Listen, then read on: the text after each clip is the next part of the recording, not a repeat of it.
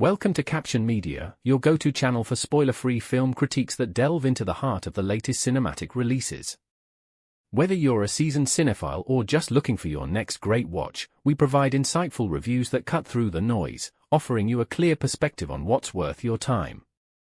Join us as we explore the artistry, performances, and storytelling of today's most talked-about films, all while keeping your viewing experience intact. At Caption Media, we believe in letting the story unfold for you, one spoiler-free review at a time. Box office collection. In a strong showing for the Alien franchise, Alien, Romulus has exploded onto the global box office stage with an impressive $108 million debut. This latest installment in the iconic sci-fi horror series has captivated audiences worldwide, delivering a potent mix of suspense, terror, and nostalgia that has resonated well with both longtime fans and newcomers alike. The film's strong opening weekend highlights its broad appeal and suggests that the franchise's enduring legacy continues to thrive. Meanwhile, It Ends With Us has sustained its momentum in its second weekend, pushing its global box office total to a remarkable $180 million. The film's continued success underscores its widespread popularity and strong word of mouth, solidifying its position as one of the year's major hits. With Alien, Romulus making a strong entry and It Ends With Us maintaining its grip on the box office, the summer movie season is off to a thrilling start. Alien, Romulus is a dread-inducing and tense space horror film, distinguished by its excellent performances, a concise narrative, and an impressive reliance on practical effects. While it functions well as a standalone movie, it's likely a better experience for viewers who approach it without any prior knowledge of the franchise. For longtime fans, the film's overabundance of connections to its predecessors may feel suffocating, leaving the narrative too underdeveloped to justify its existence independently. As a franchise entry, Alien, Romulus is emblematic of the cyclical nature of humanity's encounters with the deadly extraterrestrials, where the same mistakes are repeated with frustrating regularity. The film's beginning is slow and somewhat disjointed, but it improves as it progresses, eventually delivering one of the most suspenseful and visually striking experiences in the series. The latter half is a satisfying rollercoaster ride, justifying the endurance required to push through the earlier sluggishness. There are moments of breathtaking beauty, alongside rollercoaster thrills that will satisfy audiences, yet there are also instances of clunky fan service that may alienate even the most devoted followers. Despite its imperfections, Alien, Romulus manages to recapture the anxiety and sweatiness that made the original Alien so magnificent, offering a solid entry in a franchise that has often struggled with maintaining its relevance. While the film suffers from uneven pacing and some less-than-stellar CGI, it remains a nerve-wracking and anxiety-inducing watch, delivering the kind of thrills and scares that have become synonymous with the Alien name. The film shines brightest when it embraces its identity as a straightforward Alien movie, free from the constraints of franchise-driven expectations. In the end, Alien, Romulus may not inspire the same devotion as the first two films, due to its lackluster script and indistinguishable characters.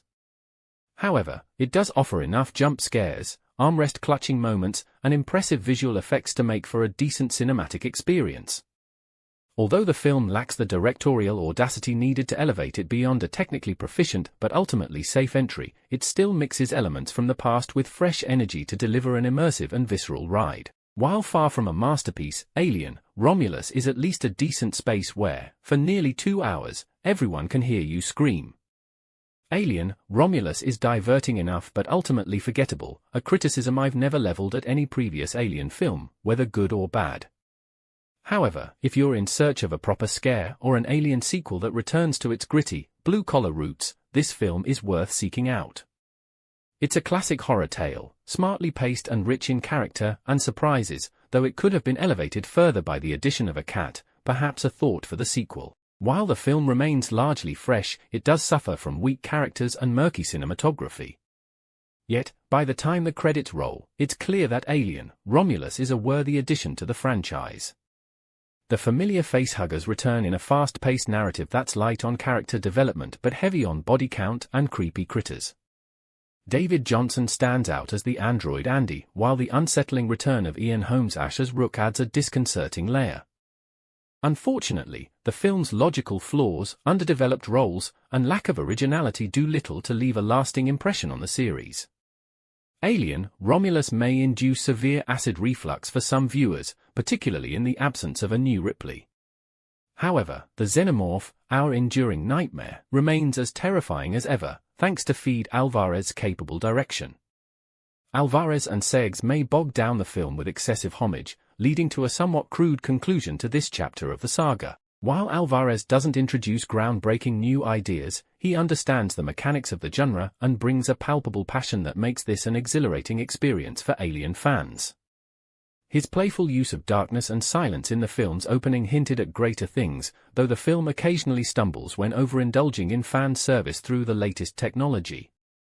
Visually, Alien, Romulus excels, with fantastic cinematography and standout performances from Kelly Speeney and David Johnson. Despite some missteps, the film remains an enjoyable sci-fi thriller, taking bold swings that, even when they miss, still contribute to the overall experience. However, it's not as horrific or inventive as one might hope. Alvarez could be likened to Mike Flanagan in his approach, bridging the gap between Prometheus, Alien, Covenant, and the original Alien films, much like Flanagan did with Dr. Sleep. Alien, Romulus combines the aesthetic of the original with contemporary themes of migration, limited opportunities, and corporate oppression, resulting in a solid new installment. Alvarez deftly blends moments of tension and action while paying homage to Ridley Scott's 1979 original, bolstering the film's credibility. Speeney and Johnson deliver commendable performances, making this a film that, like Pizza, is satisfying despite a few head-scratching moments. Alien, Romulus is Alien done right, suspenseful, scary, grueling, and shocking, rebooting the franchise in a way that feels derivative yet cleverly executed, leaving audiences eager for more. Alvarez crafts a masterful blend of dread-fueled horror, mad science, and nuanced characterization that transcends the thin veneer of Disney-mandated IP mining. This film is best experienced on the big screen, where the visceral sounds and acid blood can truly work their way into your heart. In summation, Alien, Romulus is an instantly re-watchable, gory fright fest that raises the stakes and reaffirms what makes this sci-fi franchise great. Alvarez proves himself a brilliant horror director, delivering the most terrifying entry in the series since 1986 Aliens. I vividly recall the unforgettable dinner table scene from Alien, where John Hurt's stomach erupted in a grotesque spectacle, ruining what little appetite anyone had left and cementing the film as a nightmarish masterpiece. It was the early 1980s, and seeing that moment for the first time on television was nothing short of a revelation. The original Alien not only shocked audiences but also set a benchmark for science fiction horror, establishing a narrative formula that countless films have since tried to replicate, trapping a group of individuals in a confined space and having them picked off, one, by an extraterrestrial menace. The film's enduring legacy owes much to H.R. Giger's visionary design and the masterful direction of a then up-and-coming Ridley Scott. Coupled with a stellar cast and groundbreaking practical effects, Alien was a tour de force in tension and drama, underscored by the trailblazing choice of a female protagonist who ultimately emerged victorious. The film's influence on the genre is indisputable, setting a standard that others would strive, and often fail, to meet. Fast forward to 1986, and the anticipation for the sequel was palpable. This time, James Cameron, a young director with a burgeoning reputation, was at the helm. The buzz surrounding Aliens was electric, with talk of its grander scale, relentless action, and a storyline that took the original's premise and amplified it tenfold. I remember sneaking into an ABC cinema in Birmingham, pretending to be 18, just to experience it on the big screen. What unfolded before my eyes was a cinematic marvel, an unrelenting escalation of tension and spectacle that culminated in a powerful, unforgettable climax. It's no wonder Aliens remains a favorite for so many, earning its place among the greatest films of the 1980s. However, the early 1990s brought a different story. The release of Alien 3 was a considerable letdown, a film that failed to capture the essence of its predecessors. Disappointed, I found myself disillusioned with the franchise, and as subsequent sequels emerged, each more lackluster than the last, I lost all inclination to revisit the cinema for what had become a series of missteps. The magic that had once defined Alien seemed irretrievably lost, overshadowed by a succession of poorly conceived follow-ups that did little justice to the original's legacy. In the early 1990s, Alien 3 marked a distinct decline in the franchise's once stellar reputation, followed by a series of subsequent entries that failed to make much sense or capture the essence of the originals. The disappointment of Alien 3 was so profound that I found myself unable to muster the enthusiasm to see the following sequels, which I largely ignored. Yet, last night, my curiosity was piqued. The marketing campaign had managed to generate considerable excitement, with posters and trailers that promised much. So, what did I anticipate, and what did I actually experience? I was expecting a film that would be deeply immersive and thought-provoking, an expansive, visionary piece of cinema with immaculate production values, compelling performances, and intricate detail that would transport me into a realm of both fear and fascination. Instead, I was met with something quite different.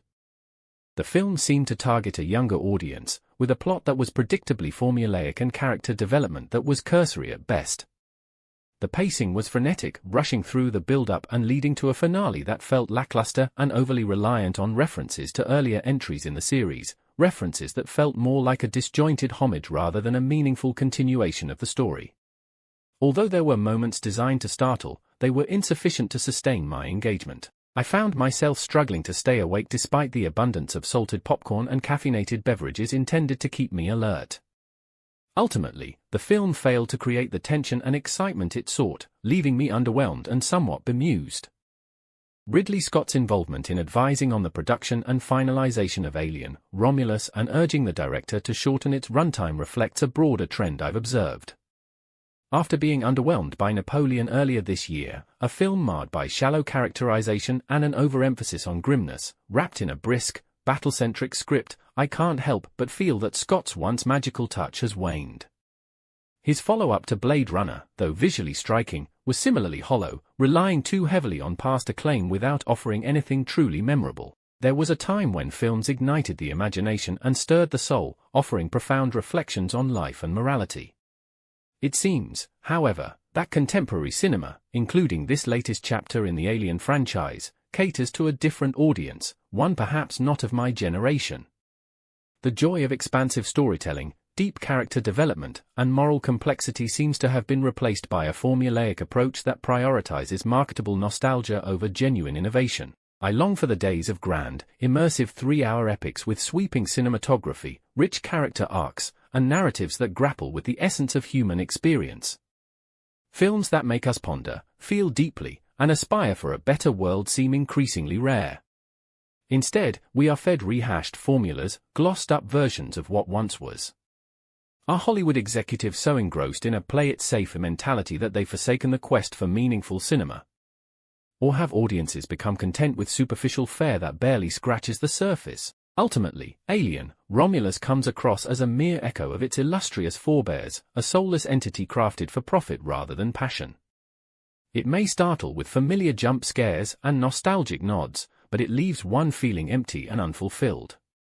As I exited the cinema, it was clear to me that in the dimly lit landscape of modern film, it is perhaps the audience who is left unheard, yearning for something more profound, more thought-provoking, and more fundamentally human.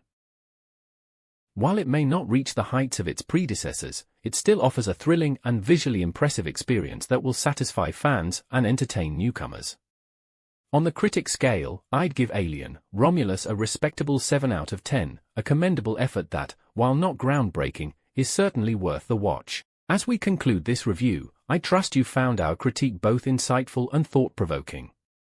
If you've enjoyed this analysis and wish to stay informed on the latest cinematic releases, I invite you to subscribe to Caption Media. By joining our community, you'll ensure you never miss a spoiler-free critique that could guide your next film experience. Your support allows us to continue exploring the art of storytelling on screen, one review at a time. Until next time, keep watching and discerning. As we draw this review to a close, I want to extend my heartfelt thanks to each of you for your time and attention.